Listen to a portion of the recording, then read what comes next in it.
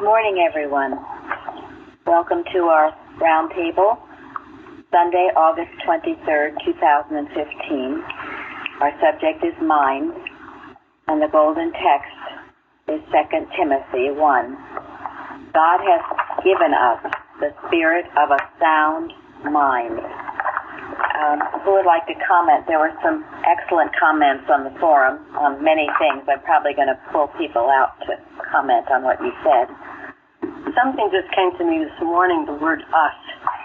God gave us the spirit, not pick and choose. Everybody has it. That's a wonderful thought. Thank you. Thank you. No exceptions. Yeah, think of that. Is Janet there? Yes. Janet, what did you say? I thought that was good what you wrote on the forum about this. Okay, I'm pulling it up. I said I've always loved this quote from Timothy. God has given us power, love, and a sound mind. Really, God gave all of that to us. This is so amazing. And what more do we need? What more could we want? We have it all. Thank you. And, we should come to this statement with that kind of awe in our hearts. God has given us, as Lillian said, everybody, not the spirit of fear, but of power, love, sound mind. What is chronic fear?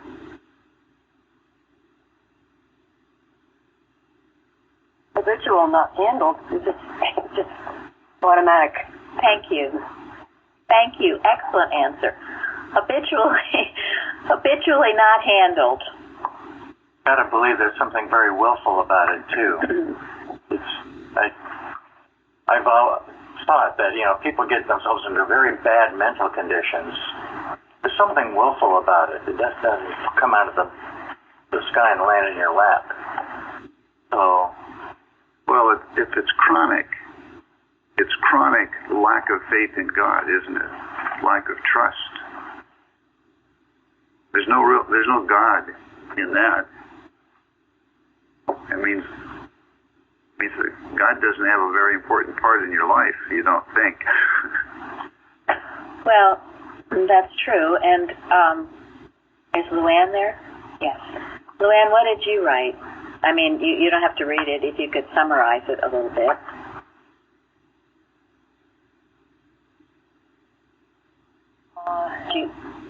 It was so long ago. That it takes the power of God. Yes. To break that mesmerism. And when you're under the thought that your mind is separated from God, or you have many minds, it's very difficult to think about any truth. The truth don't seem to really make a difference until you can really step to that oneness with God. Yes, thank you. A lot of work that you have to really push out everything else in order to get to that one state of mind where you can actually hold on to those truths. Yes. Thank you. Now, going back to what Bruce said, I was raised sort of perhaps in a negative, fearful environment, and those thoughts, I just had entertained them for so long, I didn't realize. I mean, maybe I was being willful once I knew better, but it took me a long time for this statement to dawn on me. I had to do what Luann did. I had to fight. I had to really check my thinking. Was this a thought from God that left me or not? And I had to dig my heels in and change this chronic, habitual, fearful attitude toward just about everything. You've heard the expression worrywart. Well, that's what it's like, and I know you all know what that means. So, but once we get into science, we should start working these statements, using them. That's what I wrote about on the forum, where Mrs. Evans had told me to work with this, not just occasionally, but many times, often, thinking what it meant. Power, God's power, the one and only power, love. I wasn't some timid, cringing thing. As the image of love, I had the ability to love others and to forget self. And then sound mind, which is what this lesson is all about. And what is a sound mind? Well, did we talk about what Webster said about sound? No, go ahead. Oh, well, okay. So in Webster's, it says one of the definitions, founded in truth. Wonderful. Sounds pretty good. Yeah. And I'm sure that's not in the modern day Webster. I did take a look. Some of them don't have anything close. One has free from error. But yeah, Well, they kind of lose it, you know. Yeah. Founded in truth. Yeah. And I know I've given you statements in the Bible to help you with fear. One about be anxious or be careful for nothing, and that means don't be anxious about anything. And then it tells you what to do. Thank God. Take your prayers to Him and think about Him. And when you do that, the peace of God that passes all understanding comes. But as Luann said, sometimes it's a fight. It's not handed to you on a silver platter. You've got to work for it. And it's given by God. Yeah. It's not given by your parents. It's not learned in school. It's given to you by God. So it's a divine right. And nobody has the right to take it from you. I looked this up in Moffat, and it said, God has not given us a timid spirit, but a spirit of power and love and discipline. Yes. Goes along with what everybody said. It does. It goes along with, in a way, what Luann was saying, the discipline, and you've got to fight for it. If you're habitually thinking fearful, negative thoughts, then you've got to fight for the right mind. And as I've given you, too, in Science and Health, the habitual struggle to be always good is unceasing prayer. And that is the only habit any of us should have. The habitual struggle to be always good is unceasing prayer. So if you think you have a bad habit, you replace it with that habitual struggle to be always good. But certainly a sound mind is a disciplined mind, and sometimes I think discipline these days gets a bad rap.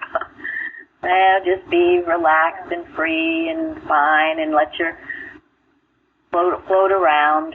Well, maybe occasionally you can have a moment or two, but be careful with that. With children, you don't want to discipline them and hurt their feelings. Yeah, right. That's terrible. That's right. Discipline is very, very important. Essential. Anyone else? Before we go too much farther, I wanted Gary he needs to speak about something. I just wanted to remind everybody that this church provides a website that has got a huge amount of things on it, and every month we get more and more people coming to our website and reading, listening, but it costs us quite a bit of money to maintain that website. These teleconference sessions, we have a lot of people on our watches, on our roundtables, and pretty soon on our Bible studies, and it costs the church something. The church actually spends more each month than we get in collections. Now, fortunately, we have an endowment. We have some savings. We've been able to save money over the years, and it earns a good income. But still, even after that, we spend more than we take in. So I just want to remind everybody that if you're really, really grateful for what you're getting from this church, it does cost something. And what we give out, we give for free. We don't charge people directly on the website for anything on the website. other than what they order through the store. And we don't charge people for dialing in on these conference calls. So remember us when you get your checkbook out. Yeah. Because it's our church. I mean, it belongs to all of us, you, us, and if we don't pay for it, eventually we will not have it. Yeah. We won't. Theoretically, we could run out of money someday. Yeah, if we keep using our savings. So, yeah, think about this. Here, we were all taught to tithe. If you went to a local church and the basket is sent around each week, you would give something. So to me, it's almost crazy that people could come and for months and months, sometimes years, and not give anything. Now, many of you do contribute, yes. And we're grateful for that. And we're not asking anybody to do anything that is irresponsible financially. But it's a reminder that if you're really grateful, show it. Thank you. Okay, we will move on now. Or does anyone else want to speak about the sound mind? I had a couple of other words that I came across for the sound mind, which I thought were helpful. Self-discipline, self-control, temperance, sober-mindedness, wise discretion, sound judgment. Thank you. And what is self-control?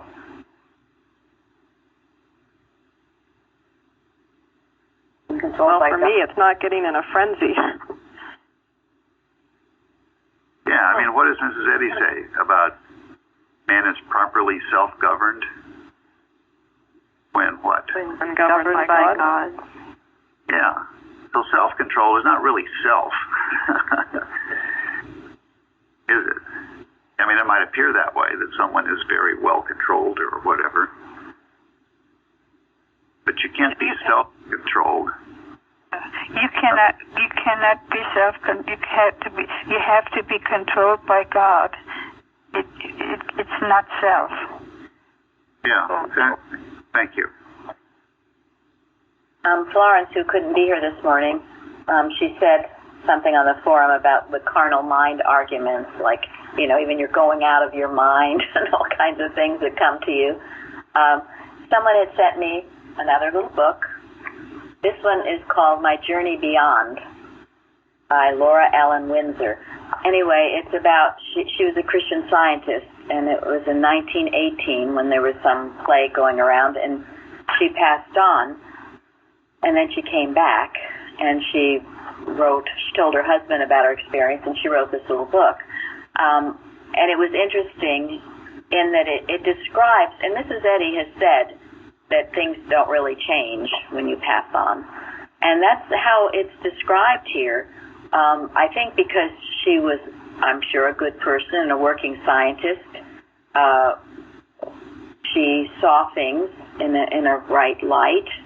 But she said it was a very beautiful world. I mean, you could see people and homes and things. They didn't have any material accompaniment.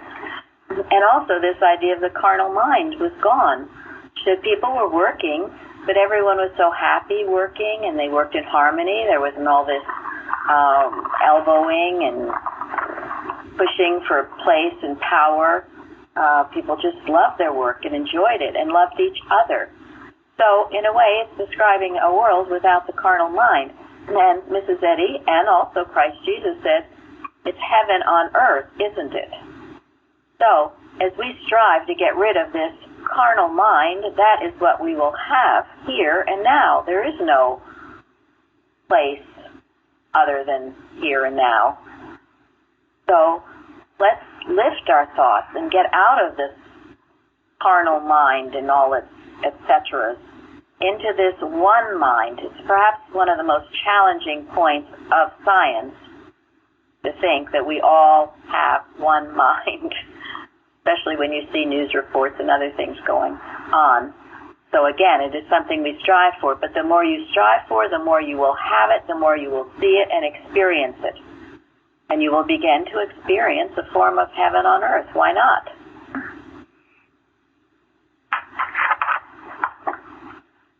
Anyone else? Well, go ahead.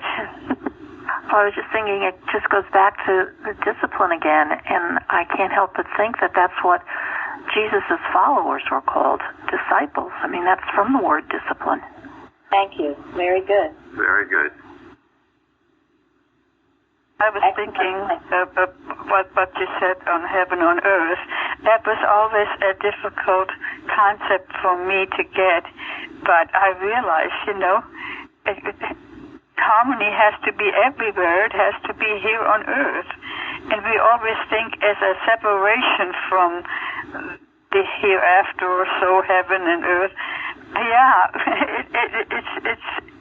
harmony has to be here as well as in heaven.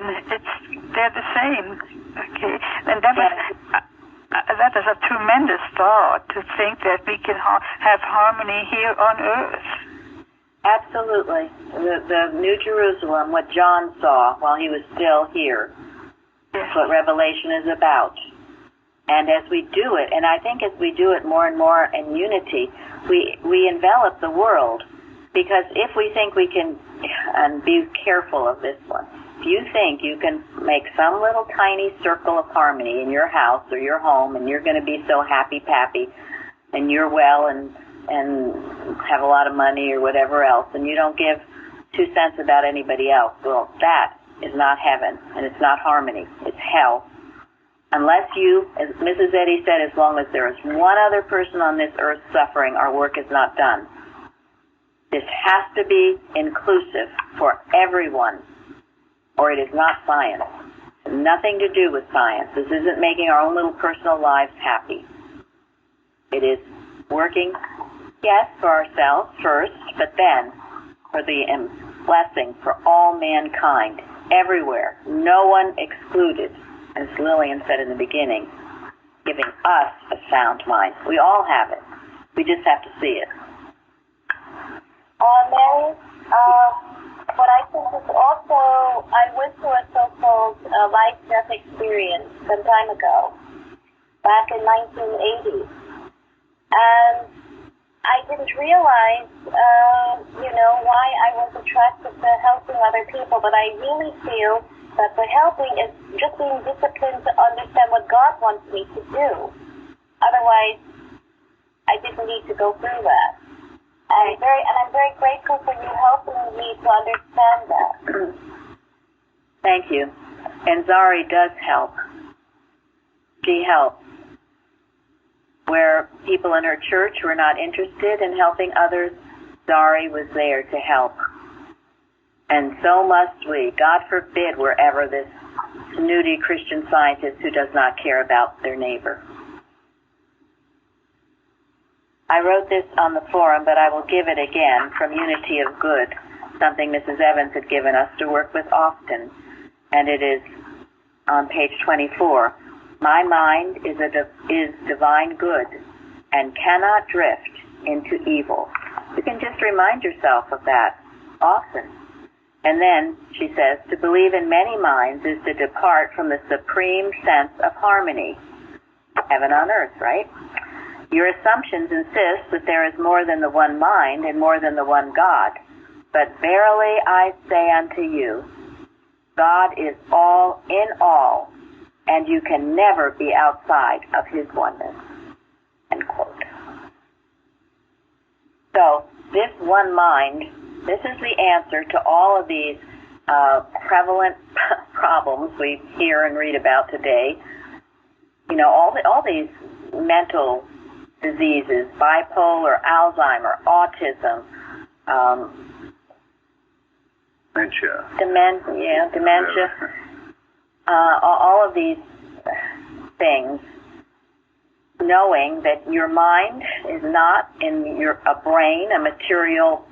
We are not made up of brain, blood, bones, and other material elements. But we have the mind of Christ. And this wasn't in the lesson, but I think it is very, very helpful on page 407 in Science and Health. And there are many species of insanity, and that's what I was just talking about. All sin is insanity. Think about it. That's true. Any kind of sin is crazy. It's insane.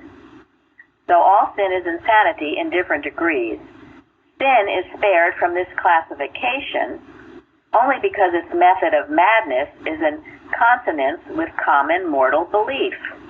People accept it as something okay. Every sort of sickness is error. That is, sickness is loss of harmony.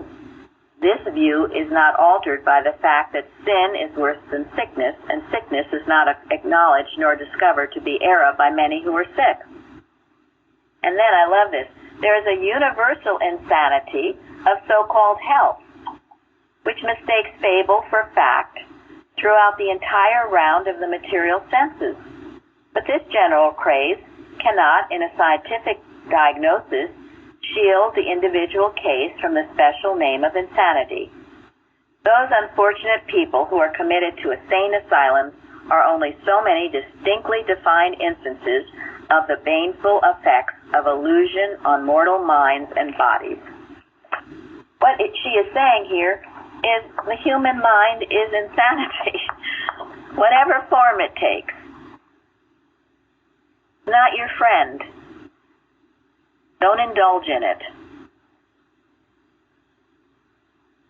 If it's a lie, can it get any worse? Okay. The responsive reading. Jeremy, I don't know if he can speak. He wrote on being abundantly pardoned. Can you speak, Jeremy? Maybe not. Maybe not. And it also talks about the wicked forsaking his way. And I meant to mention this last week in class. Mrs. Eddy says, and don't forget this, quote, a wicked mortal is not the expression of God.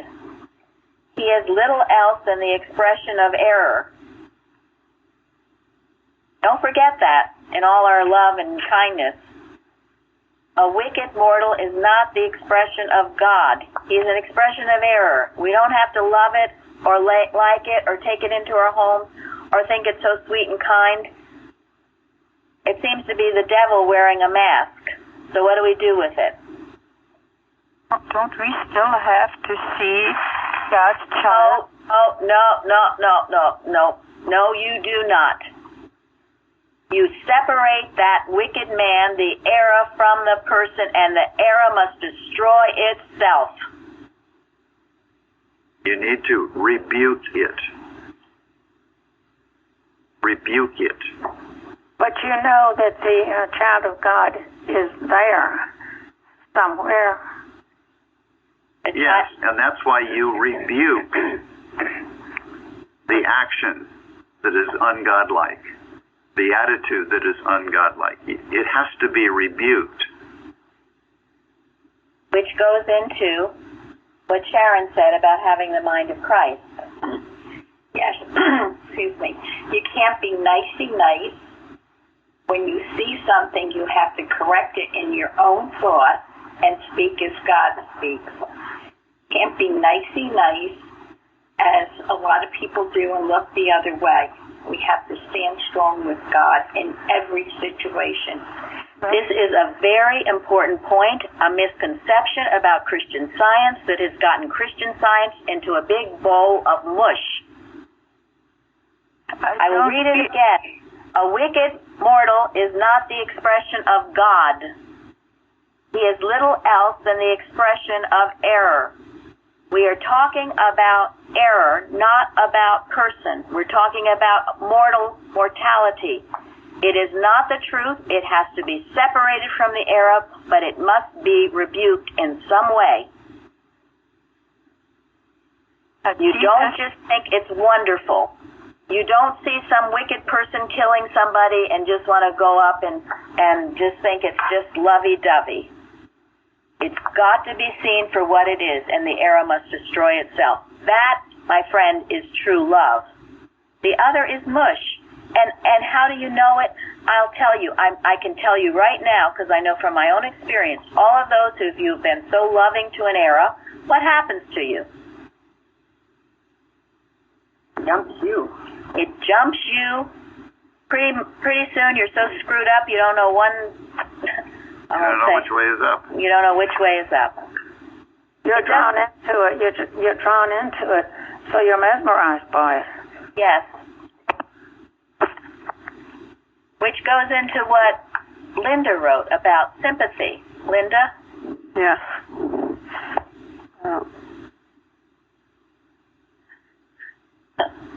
Had it here. Sorry. Okay.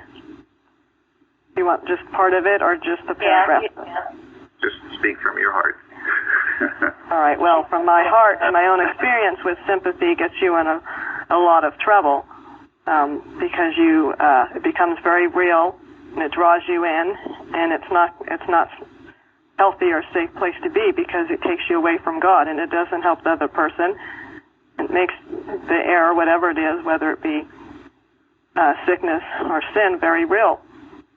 And yes, and you started out talking about this man in the lesson who was cutting himself and all of that, and how horrible that is, and how you would feel sympathetic toward him. Exactly. Now, sympathy thinks, oh, you poor dear mortal, this is just terrible. I feel so badly for you. But that has no healing. And it talks about, didn't you write about Mrs. Eddy had to overcome? Yeah, I have it here now. I couldn't find it before, but I have it if you'd like me to read it. Go ahead. It's actually from, this is the Spiritual Precepts, Volume 5. In her class of 1888, Mrs. Eddy is reported to have said, "We must pray to be delivered from human sympathy." She said she had prayed for that more than anything else. Then she said, "It is not sympathy with error that heals, but the utter lack of it. You cannot sympathize with nothing, no thing. If you know it is a lie, you will not want to sympathize with it. Sympathy is self-mesmerism." Because Mrs. Eddy's ideal of goodness was based on her higher understanding, she was subject to misunderstanding on the part of those who expected her to measure up to the old theological sense of goodness, which includes sympathy, soothing over wrongs, and displaying in the midst of error passiveness and placidity. Had she manifested these qualities, they would have indicated either indifference to error or ignorance of what was going on. Human sympathy should never be permitted to overrule divine wisdom. Sympathy produces mental inactivity and blindness, thus giving error a chance to flourish, sinking deeper into error. Thank you. That was wonderful. Yeah, that was really life-changing to find that. Yes. And here again, this is the teaching that we have had. Sympathy, no, no, no. Compassion, yes, yes, yes. Compassion loves the child of God, separates the error from the child of God, but will not tolerate the error, or it will jump you. You will become it. It'll come over. And this is where the science has lost its science, because these are rules and laws of the universe. You cannot be nice to error. You can't. Sorry. Who would want to, really? Unless you're deluded in some way. Well, even in the human, I'm sorry, go ahead. Go ahead, no, please. Well, just in my experience, even in the human experience, if you're sympathetic, that's the road into malicious, evil minds that want to do wrong. They look for people who are sympathetic as victims. Yes. So. Yes. Yes. Thank you. They become putty in the hands of schemers. It is a breach in which it will reach you. And the thing about it that is wrong is that you believe the error to be true. You think it's real, so you're sympathizing. Compassion knows it is not real. Compassion knows the love with a capital L from God, that it is not real. And you know it because you've proven it for yourself. Therefore, you can put the hand out to help the other person, to destroy the error that was trying to consume them. And it will. And I'm going to go back to something else, which is highly important. This is in the Mother Church, okay? I've talked about it before, but I'm going to quote it again. The Mother Church, where the first and second reader stand, written or carved in stone, first from 2 Timothy. Preach the word, be instant in season, out of season, reprove, rebuke, exhort. with all long-suffering and doctrine. And then, from page 452 in Science and Health, carved in stone over the heads of the first and second reader in the Mother Church. This was handpicked by Mrs. Eddy. It does not say God is love. That's in the original. This is in the edifice. Is that what it's called? Okay. Science and Health extension. Quote, when error confronts you, withhold not the rebuke or the explanation which destroys error. Never breathe an immoral atmosphere unless in the attempt to purify it. If Jesus had sympathized with that man, he could not have healed him. He didn't sympathize. He loved him, and he saw the error hanging over his head, and he rebuked the error. And as Linda also brought out, what did he say? He said it for it to come out or something. Yes, he did. Out of him and come out of him. Yes, come out of the man. We had the lesson that he could cast out a demon of somebody. It was, and the demon called himself the Legion. They were Legion because they were one of many. And I didn't really. Well, anyway, that's the lesson. And I was interested. He never attached error to a person, but he cast the error out. Yes. And you know, this idea of demons, I think many people don't like to talk about demons, but when you're being really troubled by something, it is as, I know, and I speak only from my own experience, it's like you've got a demon. You've got to get rid of it. This constant voice is always trying to trip you up. It's got to be cast out and destroyed, or it will take you. Not your friend. This is our example, what Jesus did. He cast it out. He knew it wasn't part of that dear man. Okay, Jeremy came all the way upstairs to tell me about being abundantly pardoned. Oh yeah, when I read that, I just was thinking about, all the nonsense I ever did and how God just, he still brought me here, even though all that stuff happened, and he made it so that I was able to find a better way, and I'm just really grateful that he has a lot more patience than I ever did. And I also would like to say about that sympathy thing, when my kids were younger, the situation that I was in, I was raising kids, and being a parent, you when a kid does something, you sort of separate the behavior out. You tell them you don't want that behavior anymore. It has nothing to do with them. Still love them. And at the same time in my life, I was with somebody who I had to excuse behavior all the time because we didn't want to change. And it created such a discord in me. It was really hard to get through. But just to come out of that now and be here and learning this, looking at that, separating that behavior, it makes a lot of sense to me because, that's just what you do with kids. So I just want to say. Tell them what you did. Oh, that was so great with Olivia at Christmas one time. Oh, yeah, Olivia, she was maybe...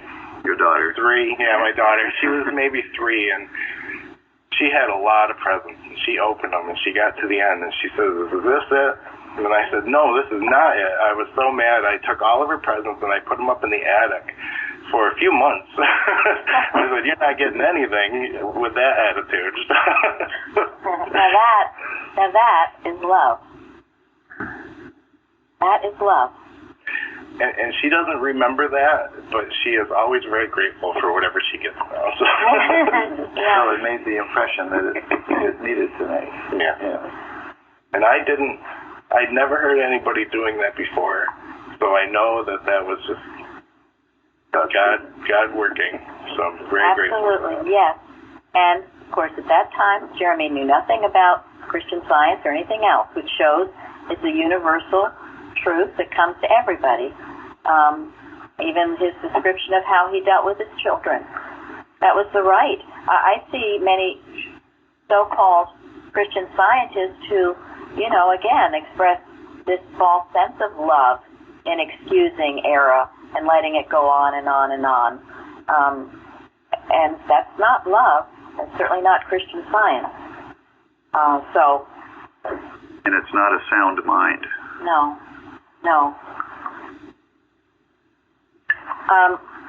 So, Carol, I was going to call on you about I'll go back to the responsive reading again, what you wrote about the word going forth and accomplishing. Right, I thought, because I use this a lot in my watches, when I do watches, and the word goes forth, it accomplishes, it does what God says, and it prospers where, and the thing whereunto I sent it. It doesn't just sit there, it prospers, it grows, and it's just such a wonderful thought. It is an excellent one. It is one we were given years ago to work with during watches. You can use it just about with every watch. If it is the Word of God, not your personal agenda, planning what you want, but God's Word going forth, God will prosper it. God is prospering the church. We know it. He's giving the increase. We just heard recently from Jeremy. I mean, the amount of people listening now has really more than doubled in a matter of just a few months. 2 weeks, actually. Yeah. So, and it will continue. And some of these people might never voice themselves, but that's all right. If they come and learn, and we welcome them all. So if anyone's listening, be welcome. Okay, so anything more about the man of the Gadarenes? Quite the story. Oh, I know. Florence isn't here today, but she wrote about what happened to him. Oh, well, Gary, you go. What about the idea of when they saw that he had been healed, sitting and clothed in his right mind, everyone who observed this were what? They were afraid. Afraid. Yeah. And why were they afraid? It's the unknown. They've never witnessed something like that before, and they were afraid of the unknown. Yeah, this challenged the basis of their thinking, didn't it? Yes. I think they thought they knew this guy. Barely, were you going to say something? No, it's Joanne. I was just thinking that they were maybe also afraid because they had a few demons themselves that they didn't want, drawn to the surface. Right. And, this is true. If any of you ever react to something that's said at the Roundtable or even elsewhere by your practitioner, you need to look within and see if there's a demon that's reacting. The demon cries out within you, leave me alone. I'm doing everything right. I don't want to hear this. Well, it's interesting because this theme is throughout the Bible, isn't it? Well, how did Adam feel after he'd eaten of the tree of the knowledge of good and evil and wrapped a fig leaf around him and tried to hide himself from God? He was ashamed. Yeah. Yeah, he said, I was afraid. Right, ashamed. Yeah, because I was naked. It's interesting how fear is the first reaction of the human mind to the realization of its own inadequacy. Because when the human mind begins to realize its own inadequacy, when something happens that challenges, then it begins to be fearful because it's the beginning of putting off of the human mind. It's the beginning of the destruction of the false beliefs that the human mind has entertained. It was very uncomfortable. Yeah. Very uncomfortable, yeah. Yeah, and that's another good point, is when you really begin to grow in science, you're going to have a lot of uncomfortable moments. Because the false beliefs that are deep in your consciousness, and they're there, come to the surface, and when they come to the surface to be destroyed, it's not comfortable.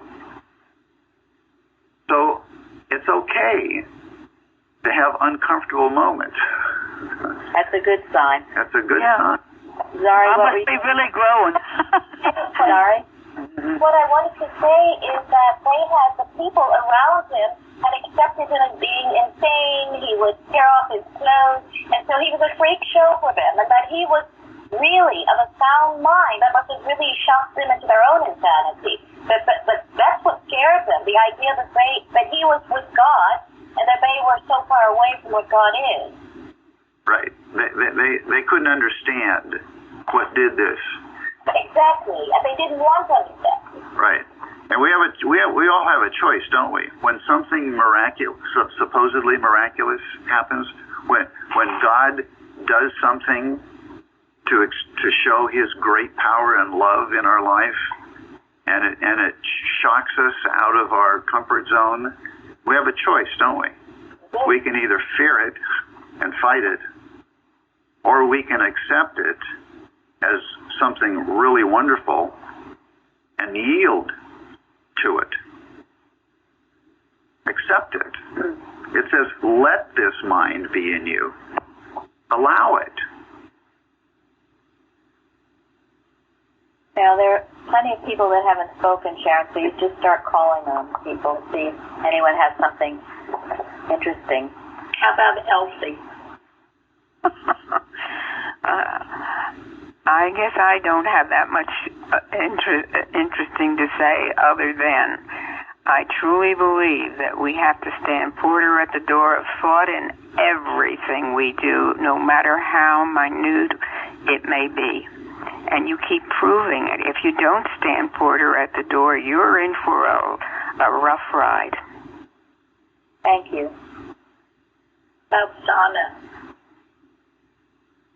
I think they might not be here. They start out and then they...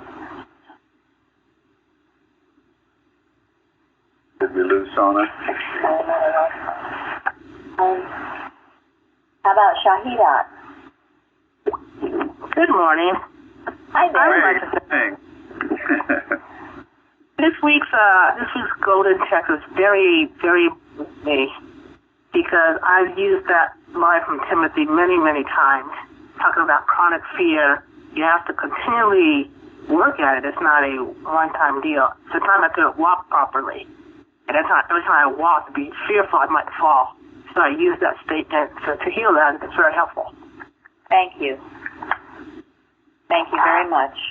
And we talked about chronic fear. There is the other kind of fear, which is this occasionally feeling fearful. Chronic fear also, as I think Lillian well put it, is disobedience to God, unfiltered thinking. You're not asking, you're not standing porter at the door of thought. But the occasional fear, you can ask yourself, Father, what's going on here? Is there something I need to know? Am I making a misstep or something going on I need to know about? That kind of fear is, I would say, a healthy fear. And someone once said, and this is so true, the only fear you should have is fear what? Disobey God. Thank you. Disobey God.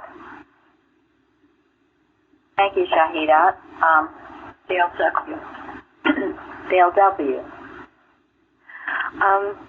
Well, something that came out to me this week in the lesson was that when Jesus entered that area, the man that had the legion of devils just came to him and to worship him, and I was thinking that having this is our example, and we're supposed to have the mind that was in Christ, and if we do strive to obey that and have that, we will draw people to us that need help, and we'll be able to help them.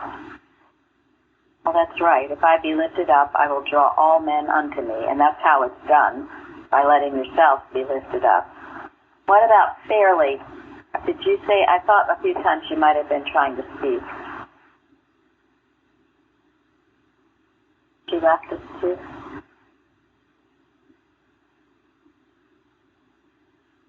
Well, one other point I want to... She's there? Okay, well, if you're there fairly for some reason... No, I just said that... Oh, I thought I was on mute. Okay. This was one of Jesus' most dramatic healings. It is a wonderful... I mean, to cure some of a mental situation, it's different from, having a disease of some kind. And the mind is all important. Yes. Well, and though in the lesson it does say that in a way insanity is easier to heal because it is so obviously mental, and it comes under that idea of the one mind and having no other mind. Thank you, Fairly. There was one other point made by Florence about this story. At the end of the story, what does the man do?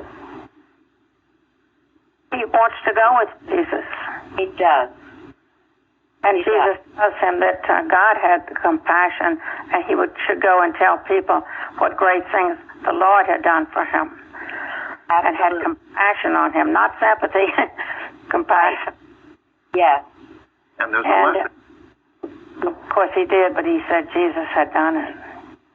He did. There's a lesson in here. Can anybody think of a reason why Jesus would not want him to go around with Jesus? Well, he wanted the easy way out, and Jesus had a mission for him. He said, tell everybody what has happened here. He had a mission for him. There was a thing he had to do before he could really follow Christ.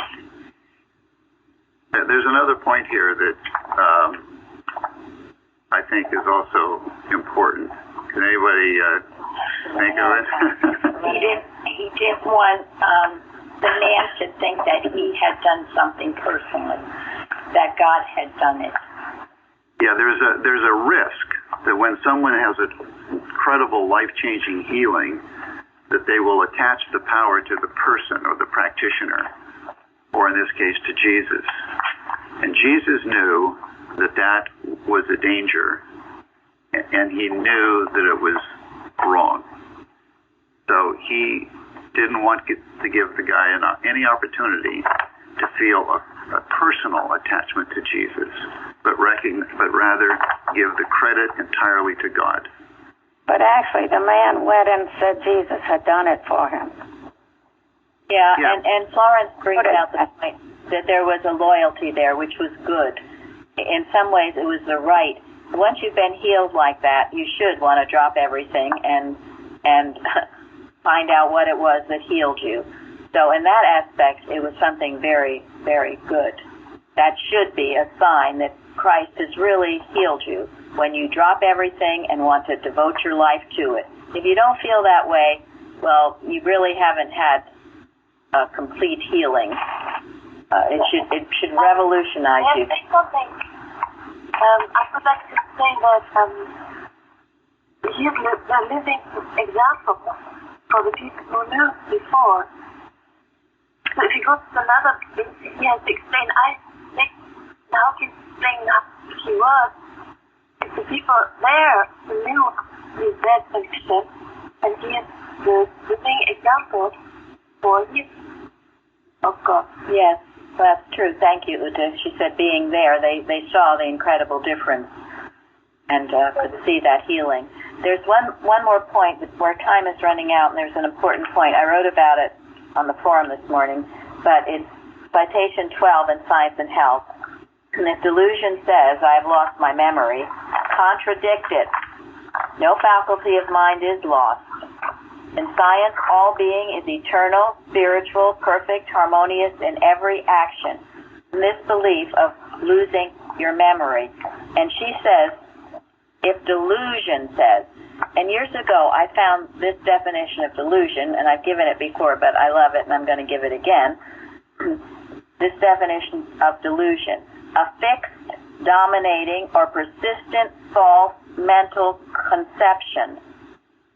A fixed, dominating, or persistent false mental conception, resistant to reason with regard to actual things or matters of fact. So, delusion is resistant to the truth. It hangs on, even when you present the facts. Just as we said, people raised in the hospital, all this man healed of insanity.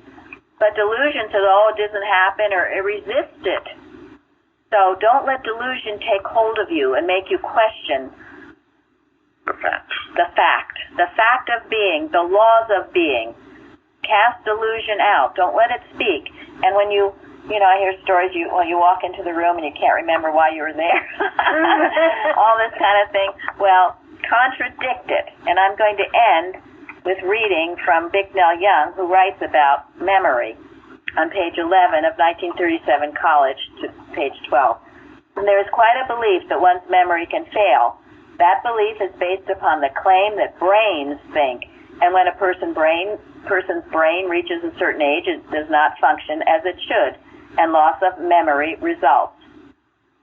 You will have to understand that there is no thinking in matter and no function of mind that can ever be impaired. Like reason, memory is human but helpful. There are some things that memory should not be used for. And then he says, as you get away from material sense and spiritualize your thought, memory will improve. Man really does not have a memory. For what belief man really does not have a memory, for that belief involves a forgettery. Man does not remember, he knows by reflection. Man knows as he has occasion to know. And then this. Told about some friends calling on Mrs. Eddy one day, and a servant told them she was in the backyard.